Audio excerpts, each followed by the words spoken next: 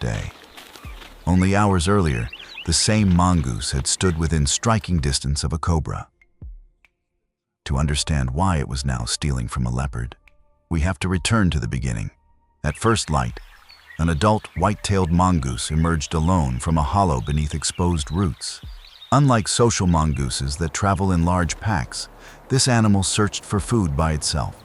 Its thick, pale tail followed behind as it crossed the dry woodland floor. The night had left only a thin layer of cool air close to the ground. That would not last long. The mongoose pushed its muzzle beneath dry leaves and listened for movement. A dark beetle tried to escape through the litter. The mongoose caught it with one quick bite. It was food, but hardly enough to satisfy an animal of this size. The mongoose inspected a cracked root cavity next. Nothing moved inside. It scratched beside a sun-warmed stone and uncovered only ants and dry fragments. Every small reward required another search. The mongoose kept moving. Near a cluster of rocks, it stopped. A narrow trail passed between the stones. Something long had recently moved across the dust. The mongoose lowered its nose and followed the mark through the grass. A faint scrape came from beneath a rock ledge. The mongoose paused several body lengths away. A scaled head appeared inside the shadow. The snake moved forward slowly. As more of its body emerged, the front of its neck began to widen. A cobra was using the shallow rock gap as shelter. The mongoose did not rush in. It remained beyond the snake's reach and watched the raised head. The cobra followed every sideways movement. Its first strike came without warning. The mongoose threw its body away from the fangs. The cobra missed, but it remained between the mongoose and the shelter. The mongoose approached again from another side. This was not evidence of immunity. One well-placed bite could still be fatal. The mongoose survived by reading the distance and leaving before each strike was completed.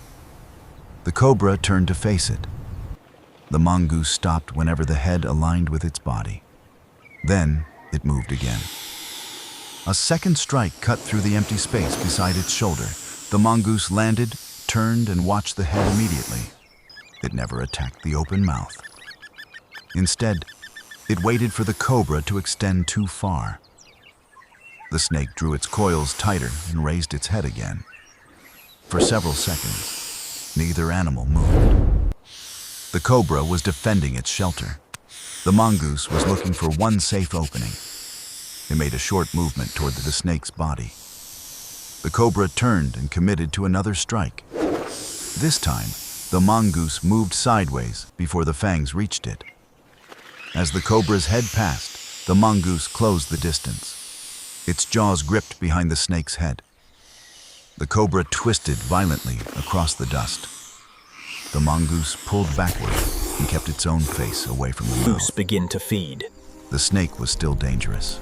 The mongoose released for a fraction of a second, checked the position of the head, and gripped again. The struggle weakened gradually. Only when the cobra stopped responding did the mongoose begin to feed. This was the first substantial meal of the day. But the woodland had already attracted another hunter. A broad shadow crossed the rocks. The mongoose stopped feeding and looked upward. A tawny eagle descended toward the remains of the snake. The bird landed with its talons spread and immediately claimed the largest portion. The mongoose held one end and tried to pull it away. The eagle opened its wings, making itself appear even larger. Then one talon struck the ground just in front of the mongoose's muzzle. The mongoose released the food and moved behind a stone. The eagle had the advantage in size, reach, and position. It lifted the larger portion and carried it away. The mongoose had killed the snake, but it would not keep the entire meal. A smaller fragment remained between the rocks. The mongoose returned, collected it, and continued its journey. By late afternoon, the air had become warmer, and the animal had crossed a wide section of woodland.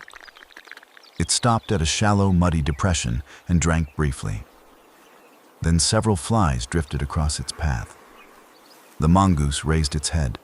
The flies were moving from a shaded area beneath thorn trees. A line of crushed grass led in the same direction. The mongoose followed more slowly now.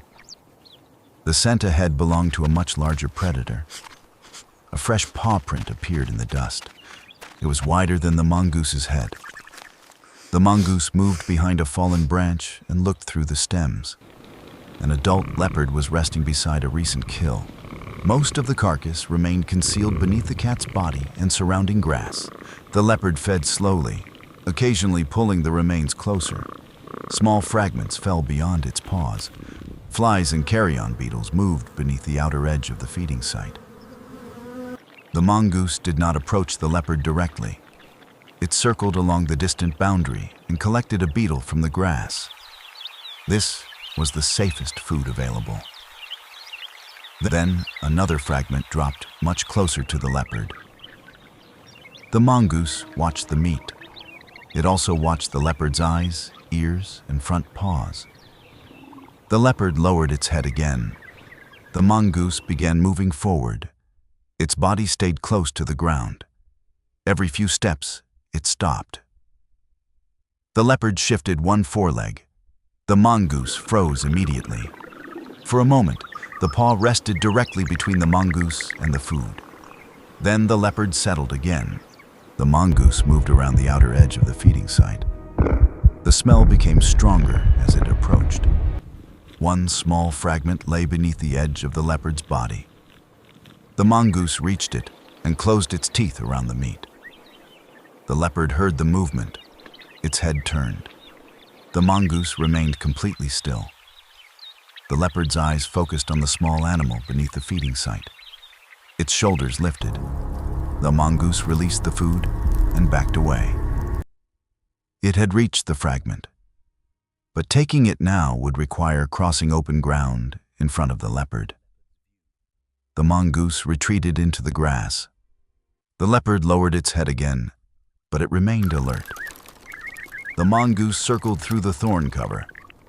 It approached the fragment from behind the root. The leopard could hear movement, but it could not see the mongoose clearly. The mongoose reached the food and pulled it free. This time, it turned before the leopard reacted. The white tail rose above the grass as the mongoose accelerated. The leopard pushed onto one foreleg and lunged forward. Its paw struck the soil immediately behind the fleeing mongoose. Dust crossed the mongoose's back, but the paw missed. The mongoose reached the fallen tree and disappeared through a narrow opening beneath the trunk. The leopard stopped outside. The gap was too small for the larger predator to enter without abandoning its own meal. Inside the cover, the mongoose waited. The leopard watched the opening for several moments. Then it returned to the carcass. The mongoose did not emerge from the same side. It moved beneath the trunk and exited through another gap farther away. Still carrying the fragment, it entered dense thorn cover. Only there did it begin to eat. The mongoose had not defeated the eagle. It had not challenged the leopard in a direct fight. Earlier, it had hunted the snake because the opportunity was worth the danger. When the eagle arrived, it surrendered the larger portion rather than risk the talons. At the leopard's kill, it abandoned the first fragment and found a safer route to another. Its survival did not depend on being fearless. It depended on knowing when to attack, when to retreat, and when to accept a smaller reward. Some mongooses possess resistance to particular snake toxins. But resistance is not immunity. A direct bite could still cause serious injury or death. Speed and timing remained more important than any natural protection. This was a scientifically plausible, reconstructed day in the life of a solitary, opportunistic hunter. It began with scattered insects. It continued with a dangerous snake. It ended beside the meal of a much larger predator. The mongoose survived because every risk was measured against one simple need: finding enough food before the day was over.